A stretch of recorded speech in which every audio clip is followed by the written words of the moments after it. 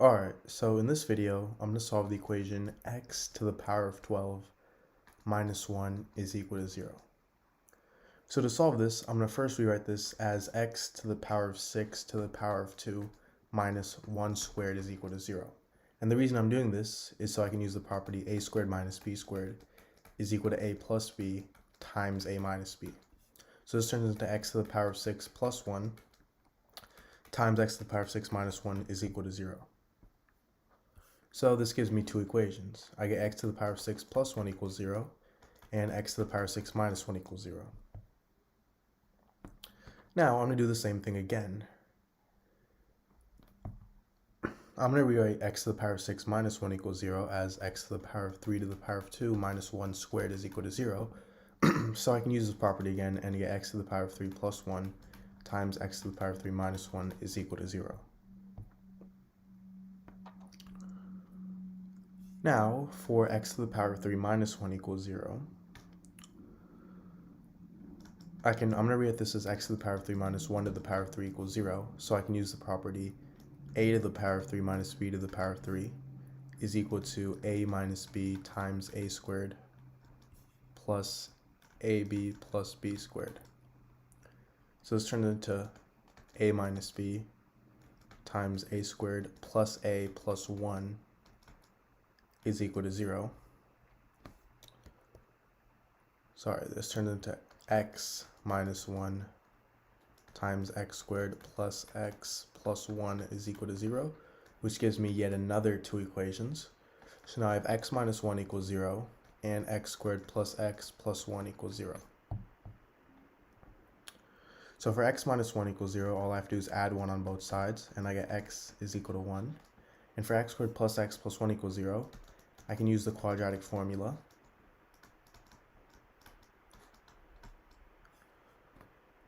So by using it, I get x is equal to negative 1 plus or minus the square root of 3i over 2. So these are two more solutions. And now we aren't done yet because we also have to solve these. So now I have x to the power of 3 plus 1 is equal to 0. And I'm going to subtract 1 on both sides, so I get x to the power of 3 is equal to negative 1, meaning x is also equal to negative 1. So this is another solution. Now for x to the power of 6 plus 1 equals 0, I'm going to again subtract 1 on both sides. So I get x to the power of 6 is equal to negative 1. And if I take the 6th root, I get x is equal to 6th root of negative 1, which is equal to negative 1 to the power of 1 over 6. So now, the 6th root of negative 1 is,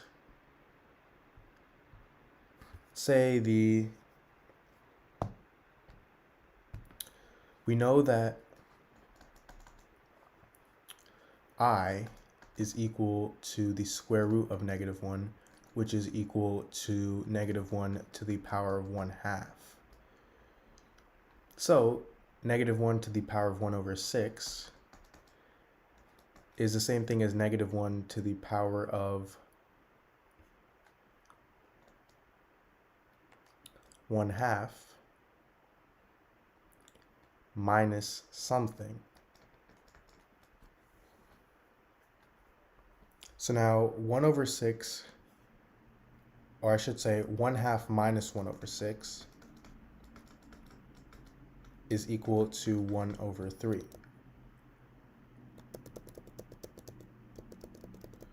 So 1 over 6 plus 1 over 3 is equal to 1/2. We know this. Meaning we have negative 1 to the power of 1 over 6 and this plus, or sorry, 1 over 2 minus 1 over 3 is what we can rewrite 1 over 6 as. Now, this is the same thing as 1/2 plus negative 1 over 3. And if I have something in the form a to the power of m plus n, This is equal to a to the power of m times a to the power of n. So this is going to equal negative 1 to the power of 1/2 times negative 1 to the power of negative 1 over 3. Negative 1 to the power of 1/2 is the square root of negative 1, which is equal to I. So we get I times negative 1 to the power of negative 1 over 3, which is the same thing as 1 over negative 1 to the power of 1 over 3, which is equal to negative 1. So I get I times negative 1, which is equal to negative I, which is my final solution. Alright, so in this problem, I have 2 to the power of 20 minus 2 to the power of 19 is equal to 16 to the power of x. So I'm going to first start by rewriting 20 as 19 plus 1. So now I have 2 to the power of 19 plus 1 minus 2 to the power of 19 is equal to 16 to the power of x. Now, if I have something in the form a to the power of m plus n, this is equal to a to the power of m times a to the power of n. So in this case, I have 2 to the power of 19 plus 1, and this is going to equal 2 to the power of 19 times 2 to the power of 1. Now I have this minus 2 to the power of 19 is equal to 16 to the power of x. Now from here, if I factor out 2 to the power of 19 from my left-hand side, I get 2 to the power of 19 times 2 to the power of 1 minus 1 is equal to 16 to the power of x. And 2 to the power of 1 minus 1, that's simply equal to 1. And anything times 1 is itself. So I have 2 to the power of 19 is equal to 16 to the power of x. Now, 16, that's the same thing as 2 to the power of 4. So now I have 2 to the power of 19 is equal to 2 to the power of 4 to the power of x.